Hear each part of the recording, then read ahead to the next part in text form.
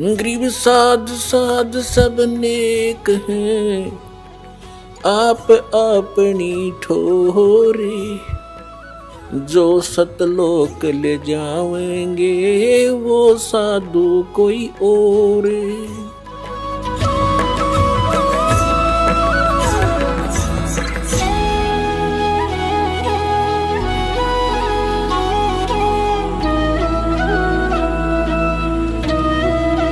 अब यहाँ गीता ज्ञानदाता दस इन अनाड़ियों से अज्ञानियों से पूछा जाता है, प्रश्न करते हैं मीडिया वाले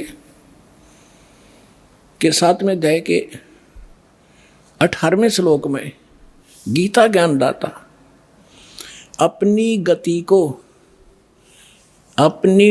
को अनुत्तम क्यों कहता है। यानी ओम नाम से जो परम गति होती है, ब्रह्म लोक प्राप्ति होती है, ब्रह्म लोक ये ब्रह्म का मंत्र है ओम नाम, तो कहते हैं इसको अनुत्तम क्यों कहा है। अन्यों कहें वो अनुत्तम का अर्थ बदल दिया ना अज्ञानियों ने।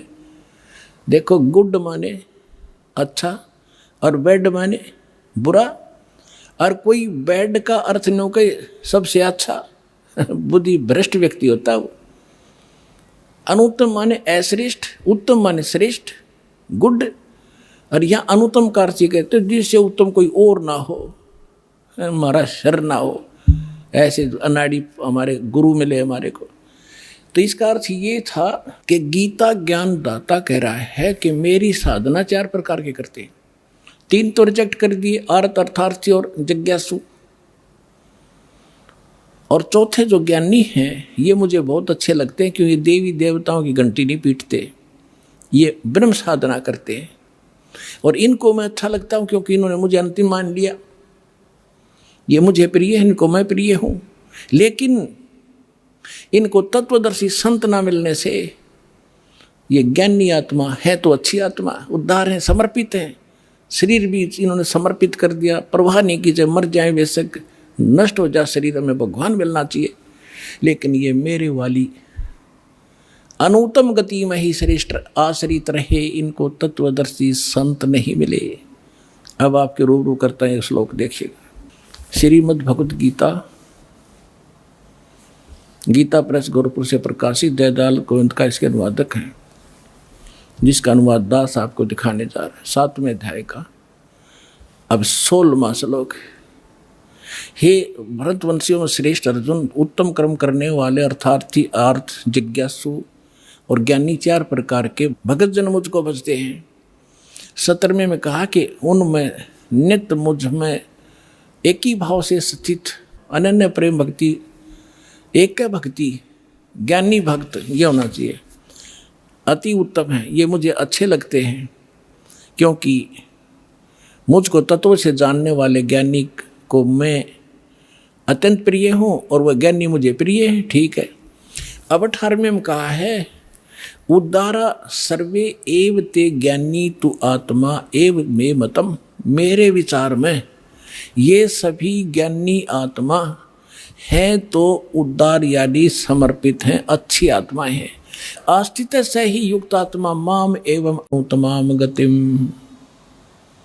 ये सभी युक्त आत्मा भगवान में लीन आत्माएं आस्थित है, वह भगवान में लगी हुई आत्मा, वो भगवान समझ कर मुझे भज रही है, वो मेरे वाली अनुतमाम अति घटिया गति में श्रेष्ठ है। इन्होंने अनुवाद क्या किया अज्ञानियों ने, देखिए ये सभी उद्धार हैं परंतु ज्ञानी तो साक्षात मेरा ही स्वरूप है।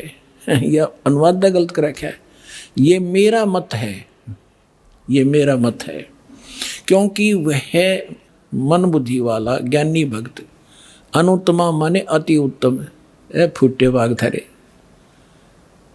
अनुत्तम, अनुत्तम ने अति उत्तम, अनुत्तम लिखना था घटिया, गति स्वरूप मुझ में ही अच्छी प्रकार स्थित हैं। अपने आत्माओं परमात्मा ने आपको शिक्षा दी, ऐसे उपकरण बनवा दिए कि घर बैठे इंटरनेट पर भी देख रहे होंगे पुण्यात्मा परमात्मा के प्यारे, और ये सीडी बनाई जाएंगी, घर घर पहुंचाई जाएंगी और जानकर गदगद हो जाएंगे सच्चाई को। इसमें स्पष्ट कर रखा है गीता ज्ञान दाता अपनी साधना को भी घटिया बता रहा है, अनुत्तम बता रहा है।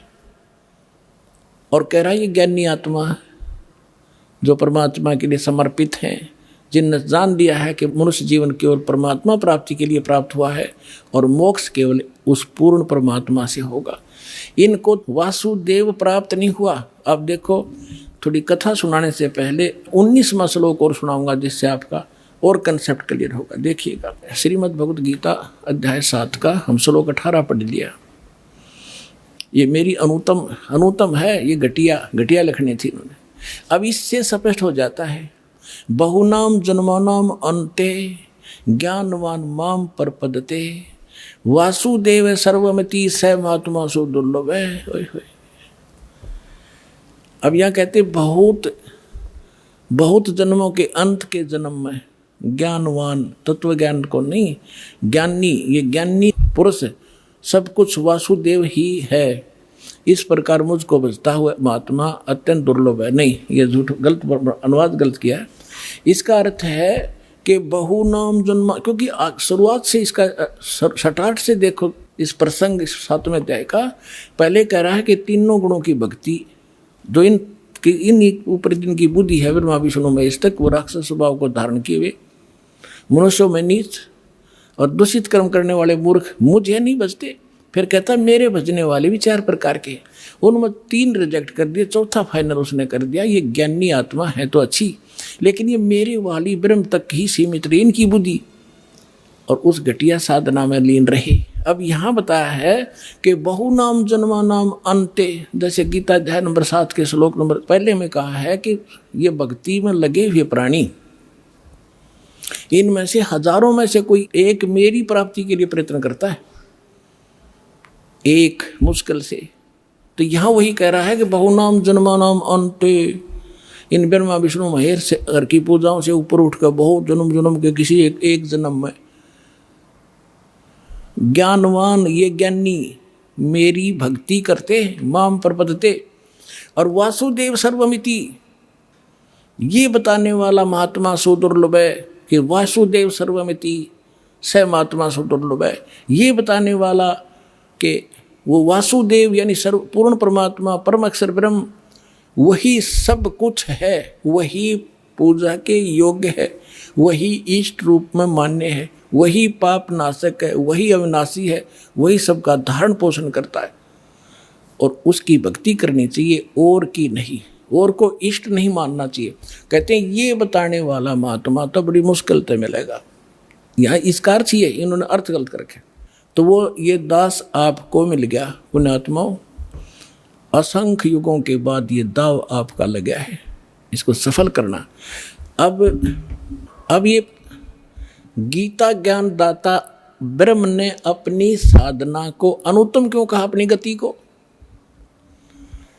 एक चुनक नाम के ऋषि थे, ज्ञानी आत्मा थे, जैसे भी उनको गुरु मिले सबने ओम नाम के जाप की रट लगा दी और एक हठ योग साथ में जोड़ लिया, ओम नाम के जाप का भी और अड़ंगा नारा और बोलिया। ये तप कहाँ से लाए?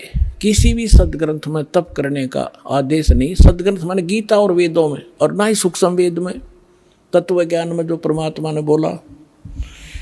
गीता अध्याय नंबर 17 के श्लोक नंबर 5 और 6 में तो ये कहा है कि जो शास्त्र विधि को त्याग कर और मनमाना घोर तप को तपते हैं, वो राक्षस लोग इस कमलों के अंदर बैठे सभी प्राणियों के जो मुखिया ब्रह्मा विष्णु महेश आदि और मुझे भी वो क्रस करते हैं, उनको राक्षस स्वभाव के जान।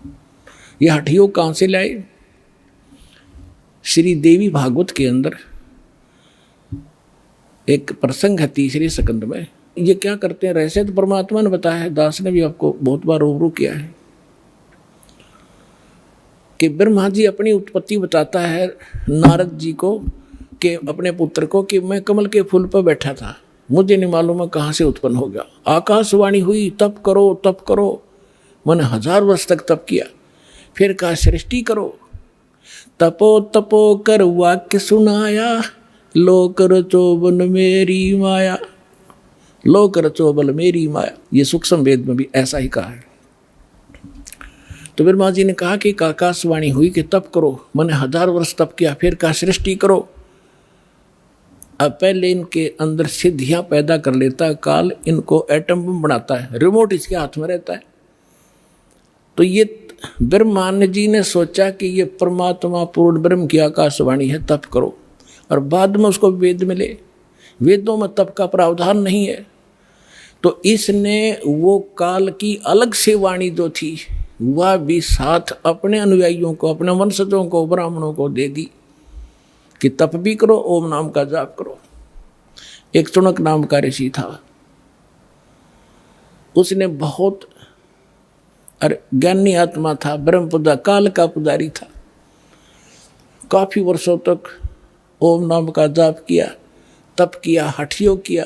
अब इसे भगवान मिल नहीं सकता। गीता अध्याय नंबर 11 के श्लोक 47 और 48 में और गीता अध्याय नंबर 11 के श्लोक 32 में स्पष्ट कर दिया है कि मैं काल हूँ और ये मेरा रूप है और सबको खाने के लिए आया हूँ। अर्जुन, तू ना लड़ेगा तो भी मारूंगा। ये मेरा वास्तविक रूप है, मैं काल हूँ। तो 11वें अध्याय के 47-48 में कहा कि अर्जुन, ये मेरा स्वरूप आज तक आपने तेरे पहले किसी ने नहीं देखा। और मेरे इस रूप की प्राप्ति यानी मेरी प्राप्ति, इसके दर्शन माने भगवान प्राप्ति, ना वेदों में वर्णित विधि से, ना तप से, ना जप से, ना किसी क्रिया से मैं कभी नहीं मिल सकता, कोई नहीं कर सकता। इति सिद्धम, वेदों में वर्णित विधि से भगवान प्राप्ति नहीं है। जिस कारण से इन कबीर साहब कहते हैं खोजत खोजत हारिया, अंत कहा निराकार। इनके साधन गलत थे भगवान पाने के और देखने के, अंत में कह दिया भगवान निराकार है। अपना मन गढ़ंत थ्योरी बना ली लोगों ने, तो इनको भगवान मिला नहीं। ये एटम बन गए, सिद्धियां युक्त हो गए। जैसे अगस्त ऋषि ने 7 समंदर पी लिए, के कला टूट गया, इब गदा बने अंडेगा। मोक्ष होगा विधिवत, इन बकवादों से नहीं होगा।